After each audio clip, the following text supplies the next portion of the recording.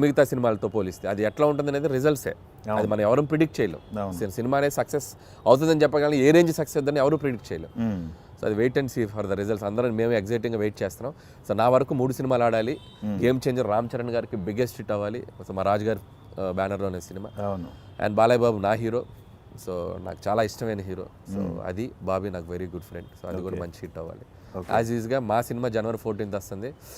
Full fun feast, హ్యాపీగా వచ్చి ఫ్యామిలీతో కూర్చోండి, ఫుల్ చిల్ అయ్యి వెళ్ళిపోతారు. ఒక ప్రాజెక్ట్ చేతిలో ఉండగానే, రిలీజ్కి ముందు ఉండగానే ఇంకో నెక్స్ట్ ఏంటి అనే ఆలోచన వస్తుంది కదా. నెక్స్ట్ ఏంటి అంటే ఏం ప్లాన్ చేశారు మీరు నెక్స్ట్? సో నెక్స్ట్ జరుగుతుందండి, అంటే బయటకు కూడా వచ్చింది, ప్రాసెస్లో ఉంది. అంటే it's like too early to talk about that project. So ఇంకా స్క్రిప్ట్ చెప్పాలి, ఆయన ఎగ్జైట్ అవ్వాలి, చాలా ఉంది process. Okay, so it's like it's very beginning స్టేజ్లో ఉన్నాం. లెట్స్ సీ, ఇంకా దాన్ని ఇంకా తర్వాత మాట్లాడదాం దాని గురించి. ఓకే, మీ స్టైల్లో ఉంటుందా?